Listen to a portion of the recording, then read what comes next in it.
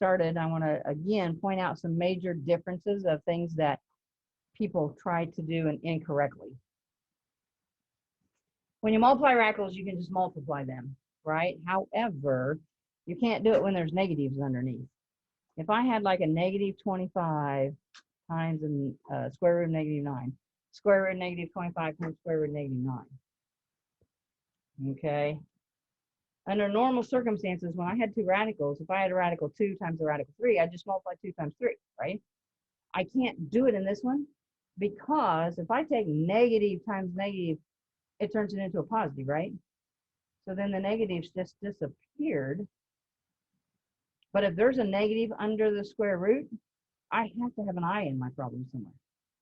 All right, so do not do this. So incorrect.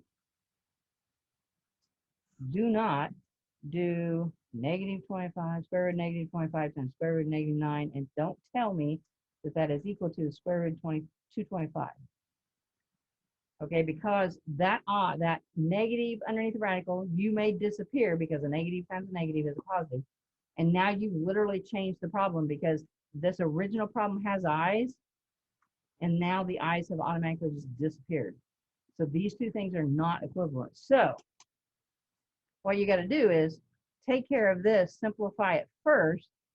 All right, and if you don't, I'm hoping you don't need to do this, but you could do a square root of negative 1 times square root of 25 if you need to see it. We ought to be able to go from here to 5i right away, right?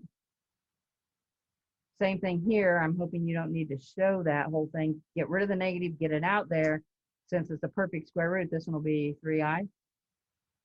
Okay. Now I have i's in the problem, which is what I should have. Now when I multiply those, 5 times 3 is going to be a 15. I'm going to have I squared. And we know I squared is a negative. So overall answer is negative 15. This happens a lot once we start dealing with imaginary numbers, just because, you know, you used to do negative 3 times negative 2, and you would tell me that was negative 6, which is true, because they weren't dealing with imaginary numbers. Okay? But now that you've got the negatives on there, don't multiply your radicals like that. Simplify first, then multiply. All right, you're also going to have to add or subtract. All right, and if you remember when we added or subtracted radicals, you had to make them look alike. Okay, so let's suppose we had something like square root of negative 32 minus square root of negative 8. All right, again, I've got negatives under both of those. So I've got negatives under both of those, so I want to take care of the negatives first. I want to get them out. So what I would do, honestly, I would pull the negative out, and that's the only thing I do in the first step. If I take that negative out, I have an I on the outside, right? So do that. Take this negative, pull it out on the outside. That means I'm going to have an I on the outside. And then you've taken care of the i's. You don't have to worry about it. Now, this is going to be just like when we did the radicals in that chapter. You're going to break this one up. You're going to break this one up. You're going to try to get like radicals so that you can subtract them. All right, and the whole time, this I just kind of is going to come down in both of those problems. So we're going to keep the I down there. If you remember, it's been a while since we've done radicals. The biggest perfect square root that goes into 32, like 16, right? So times square root of 16 times square root of 2. This is a 4. So really, this whole thing becomes a 4i square root of 2. And then as soon as you have that first one done, that kind of tells you, oh, hey, I ought to probably get a square root here. Okay, so again, I'm going to break it up and show all the work. I would have the I. I'd have a square root of 4 times the square root of 2. So 2i square root of 2. And then we're back to the very beginning. We have like radicals. Okay, these two are like radicals. These are basically coefficients in front of those radicals. So I can just put those two together. 4i minus 2i, that's going to give me a 2i with the radical 2. And I still have an I in the problem. All right, if I've got negatives up here, then I'm probably going to have some i's down here.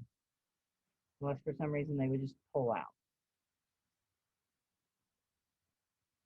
Okay, now let's do one application of this. All right, you did this in Algebra 2. You are asked to solve quadratic equations. You use quadratic formula. All right, and we did that earlier this year when we were reviewing, but every time you always got a positive number under that radical. Okay, so now you'll get a negative under the radical because now we're reviewing that. Okay, so solving quadratic equations, and we'll just do one because I think that's probably all you're going to need to refresh your memory. Okay, so they're going to give you something like an x squared minus a 2x plus a 2 equals 0. And you can probably anticipate, since it's in this section, you're going to get a negative underneath that radical every time. All right, so we know that there's your A coefficient, there's your B coefficient, there's your C. All right, I will go ahead and write the formula in case we forget. So what, negative B plus or minus square root of B squared minus 4AC all over 2A.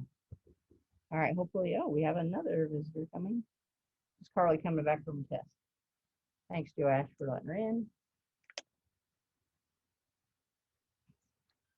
All right, so this is a matter of plug and chug into that quadratic formula.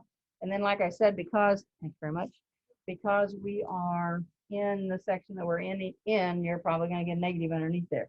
All right, so negative, negative 2, going to be a positive 2, plus or minus. All right, so B squared, negative 2 squared is going to be a 4. All right, I'm going to show a lot of work here. 4 times A, which is 1, times the C, which is 2. All over 2 times 1 is just going to give me a 2. Okay, so right here, I get a nice little 8.